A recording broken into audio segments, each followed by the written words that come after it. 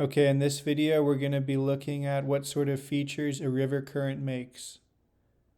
We're going to be looking at real evidence of streams after large flooding events from lots of rain in the wintertime. And we can see ripples all the way across this side, indicating that the river was once completely full of water and moving with the fast current. Now there's two features we're almost always going to find on riverbeds. And one's perpendicular and one's parallel with the water current. So here you can see the fine little parallel path features. These create a feature called the drumlin on the bigger scale. And then perpendicular to the water current is ripples. So this is just really the basics, but it's very important to understand both of these features and how they're perpendicular and how the parallel paths move. And because they curve and go fairly straight, you can see exactly where the water was curving and where it was focused and where the stream had its energy moving. This actually looks a lot like what you find in Africa.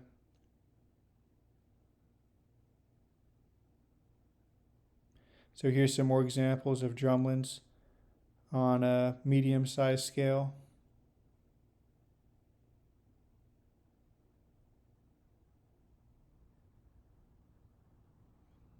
Now here we find a streamlined feature. This is a streamlined sandbar, and you can see the drumlin paths that curve around it. And just by the way this feature is orientated, you can know for a fact the current direction.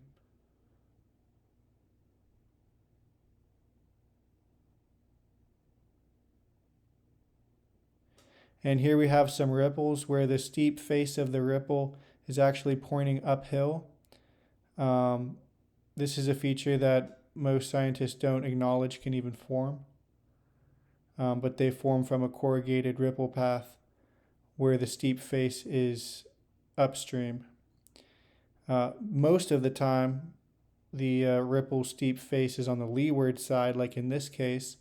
We can see these ripples, and they're kind of pushed forward as sediment lobes, which is going to be the next feature we're going to talk about. But these are ripples that were pushed downstream.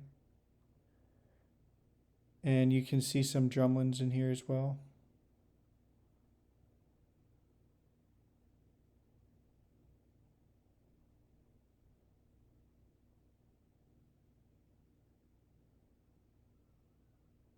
Now you find U-shaped, they're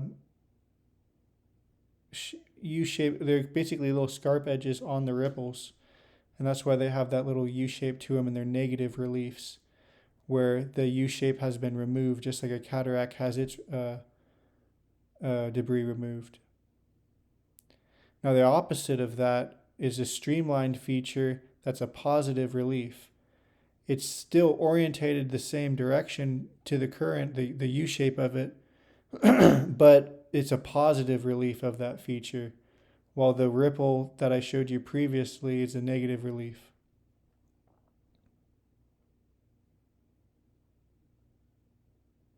Okay, you see how this is the negative relief. The current direction went the same way as the drone is flying here. So these are very similar features, just a negative versus positive relief of the feature.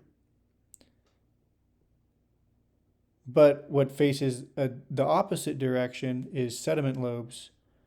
I call these pushed sediment lobes because the water current pushes it forward, and the steep face is on the growing face, which is downstream or on the leeward side.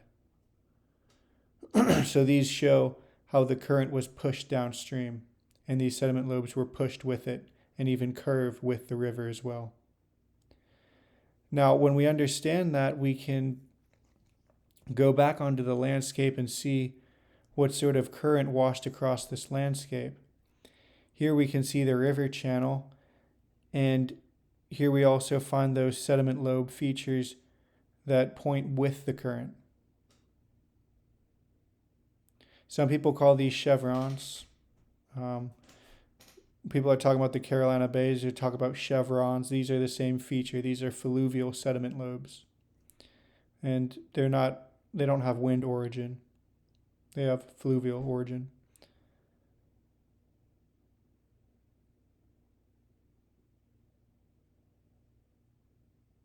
Okay, now this is a good example of sheet water flow coming off of a fluvial fan. And you see how the current kind of tucked to one side and made that river on that corner. And then when you zoom in on this fluvial fan, you find really nice examples of these sediment lobes. And the sheet water flow is pulsating over it and is still affecting those sediment lobes, although they probably form most predominantly when they were probably a foot or so underwater, maybe 2 or 3 feet underwater. But even for as long as there's any sheet water flow, they can still be formed. And then we go back to this river and we see the pushed ripples and debris sediment lobes. And we find other sediment lobes cutting across. And we can, start to identify where the sediment lobes are. Now here we find, this is up on the bank, here we find ripples on one side, a sediment lobe deposit on the other, and it's full of ripples that have been subdivided into mounds. So you can find mounds in these areas because the ripples were subdivided under a more chaotic current.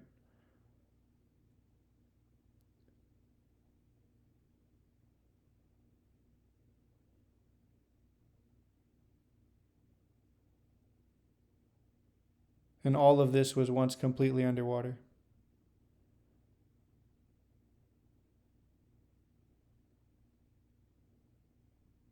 And you can see the mound features in there as well. Now here's another example of mounds forming from chaotic conditions. You can see accretion ridges curving across this riverbank. You can also see ripples perpendicular to the riverbank. And when all of those features intermingle, the result is mound shapes. So you can also see the drumlins as well. All right, guys, thanks for watching. I hope you guys enjoyed this video, and let me know if you learned something. All right, thank you guys. Bye.